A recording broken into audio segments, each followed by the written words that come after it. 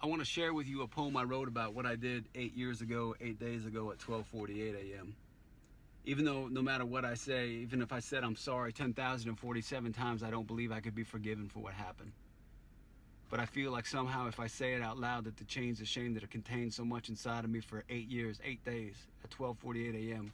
could somehow help me or help somebody else. See, 8 years ago, 8 days ago at 12:48 a.m., I humbly admit to you that I wrote the greatest poem ever written in the history of the universe, and I lost it. Not like my mind at the magnitude of the beauty and the truths that I heard, but no, I lost it like the piece of paper it was written on, it's gone. I can't find it. And I wish I could take credit for 8 years ago, 8 days ago at 12:48 a.m., the greatest poem ever written in the history of the universe, but I didn't write it alone. I was visited by 4 spirits, 4 apparitions, 4, let's just say what they were. They were freaking ghosts.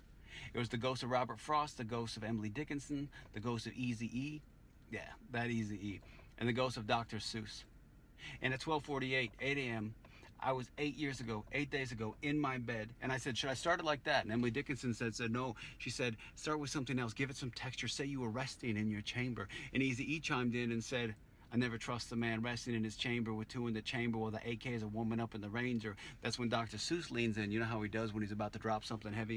And he says, Trev, if you got to walk it in your pocket, now's the time to unlock it and cock it and let it fly like a rocket, because we're about to lean with it, rock with it, lean with it, rock with it. It was then I realized 3 things. 1, I was out of my league. 2, I needed a pen. And 3, Mr. Eazy was obviously the most influential of the bunch. They showed me things and shared with me things that snapped, unsnapped, and resnapped my synapses, making entire universes collapsing. They rewired neural pathways for days. They showed me the secrets of life, the secret life of pets. That movie was a lie. They showed me Victoria's Secret. That girl's got nothing to hide. They showed me the Hidden Valley, where they make Hidden Valley Ranch. It's actually really easy to find. They showed me the secrets to Secret Arid Extra Dry, that it is actually strong enough for a man, but made for a woman. And if you are a man made for a man and a woman made for a woman, you don't really need to keep that a secret, at least not from me, and preferably not from this world, because what this world really needs is people who don't keep secrets. Let's be honest, all the family secrets we kept for centuries didn't really serve anybody well anyways. And how the world responds to your secrets, that's on them. But the secrets that I keep in this world, inside, that's on me. They showed me the extra credit edits to Exodus, the 3 previous chapters of Genesis, and if Phil Collins were here, he could feel it in the air tonight, and he would follow a pillar of fire all the way past Revelations 22 and the 2 additional chapters past that.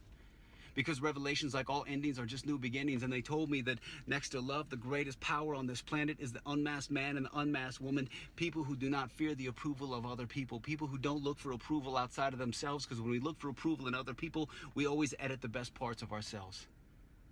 They told me that people on the other side, the greats, the kind of greats and the not so greats, that they're all rooting for us, want the best for us, they love us, but they're also getting kind of bored with us. They said some of the things we need to really knock it off. Like racism and race, judging based on that. It's the worst rerun in the history of this universe. And if we would get over that and could move on from that, we could actually focus on other things like really loving ourselves and instead of pretending like we do. That we could take less selfies. Hashtag take the road less traveled. And right before Robert Frost told me that I could call him Bob, and right after they showed me how to solve a 7-sided Rubik's Cube, while I was looking for more paper next to my bed, I found a red medium-sized French fry box. I was writing on the inside, the outside, the underside, even on the last fry. You know that brown country fry that's always in the bottom of the box that you're not sure if it's a French fry, the greatest French fry ever made in the history of the universe, or just a clump of grease, but you eat it anyways because you want to know if it's the greatest French fry ever made in the history of the universe, and you eat it and it always tastes like shit. I even wrote on that, and I lost it.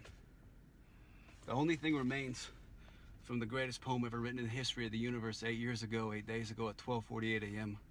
were the last 8 lines that I managed to write on the back side of a fortune cookie wrapper. Etched in words so small that even a field mouse would strain to read, but with words so heavy that carry so much weight, you could bring an entire giant stadium of giants to their knees. It says, God doesn't need a reason to love you. And your lucky numbers are 8, 12, 14, and 49. God bless you.